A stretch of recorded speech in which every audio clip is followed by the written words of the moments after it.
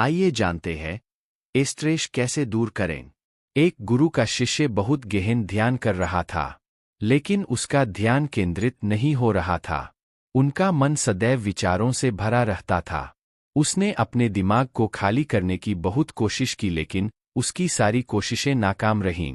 अंत में जब वह सब कुछ कर चुका, तब वह अपने गुरु के पास गया और बोला, गुरुदेव, मेरा मन हमेशा विचारों से भरा रहता है। मैं एक जगह ध्यान केंद्रित नहीं कर पाता। जब देखता हूं तो दूसरी चीज पर चला जाता हूं, फिर तीसरी और चौथी चीज करता हूं। मेरे दिमाग में हजारों विचार चलते रहते हैं और मुझे पता भी नहीं चलता कि ऐसा कब होता है। बहुत समय बाद मुझे एहसास होता है कि मैं क्या करने बैठा था और क्या सोच रहा था। हे गुरुदेव, मैं अपने दिमाग को विचारों से खाली करना चाहता हूं। मैं चाहता हूं कि मेरे मन में एक भी विचार न रहे। जब चाहूं तभी विचार उठना चाहिए।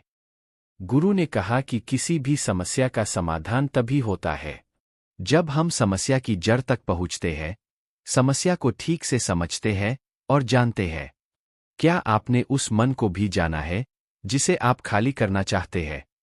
शिष्य ने कहा, गुरुदेव, मैंने मन को जानने की बहुत कोशिश की है, लेकिन जितना इसके बारे में जानता हूं, यह उतना ही रहस्यमय होता जाता है। गुरु ने कहा, जाओ और छोटे छोटे पत्थरों से भरा एक घड़ा ले आओ। तब शिष्य छोटे छोटे पत्थरों से भरा एक घड़ा ले आया और गुरु के पास रख दिया। गुरु ने कहा, इस घड़े को अपना मन समझो और इस घड़े में पत्थर भरे हुए हैं। अब इस घड़े में और पत्थर डालो। शिष्य घड़े में पत्थर डालने लगा। घड़ा पहले से ही भरा हुआ था। 12वां पत्थर रखते ही बाकी सभी पत्थर नीचे गिरने लगे।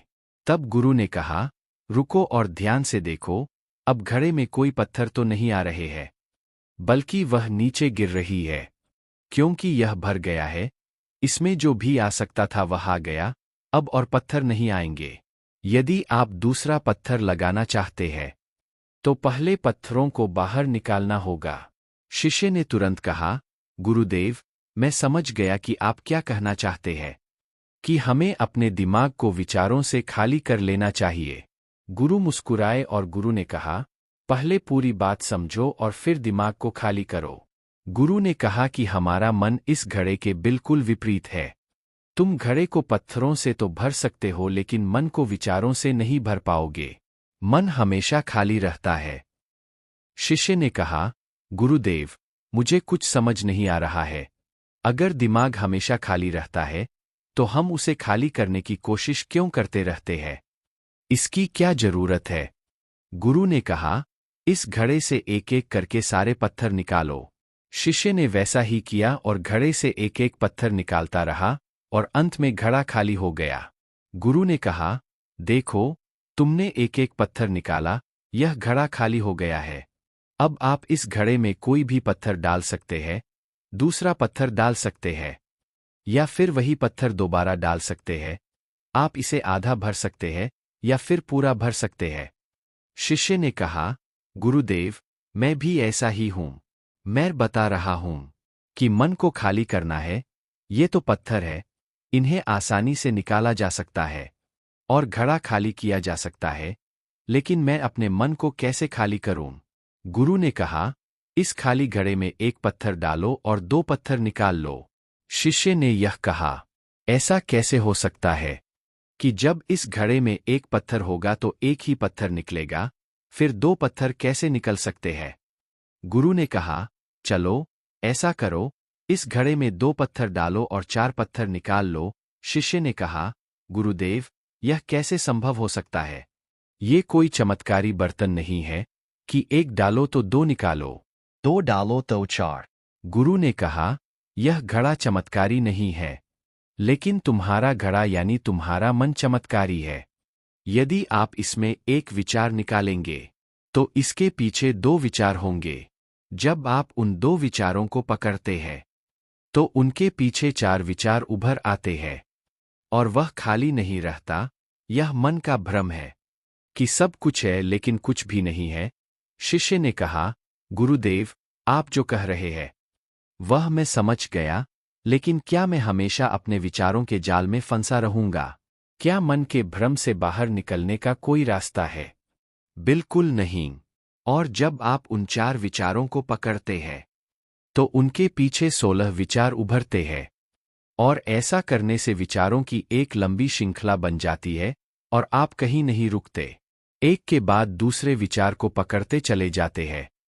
यह मिट्टी का घड़ा पत्थरों के घड़े के समान है, भरा रहेगा लेकिन आपका मन कभी नहीं भरता, वह हमेशा खाली ही रहता है।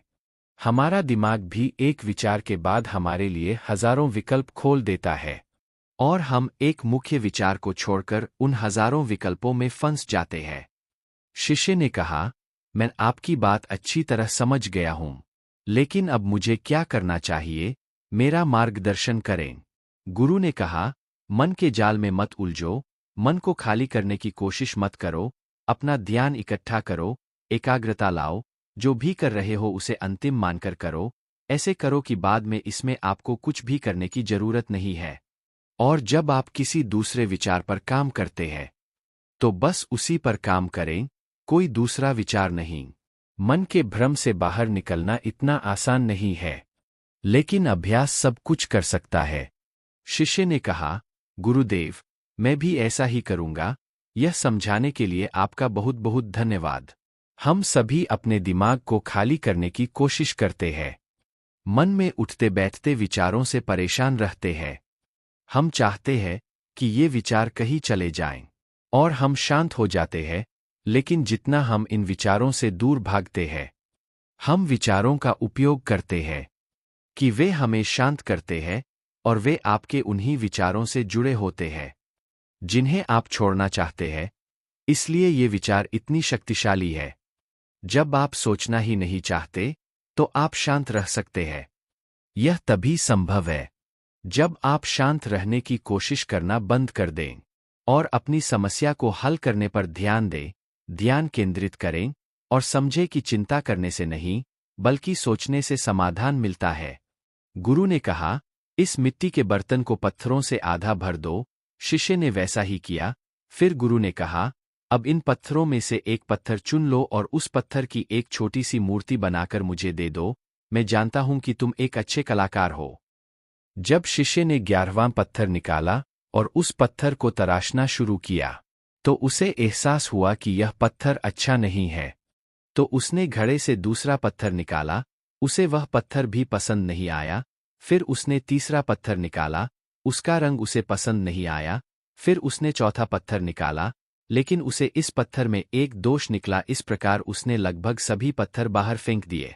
उसे ऐसा करते देख गुरु ने कहा, वह पत्थर जो तुमने पहली बार निकाला था, यह समझकर उसी पत्थर की खोज करो कि तुम्हारे पास कोई दूसरा पत्थर नहीं है।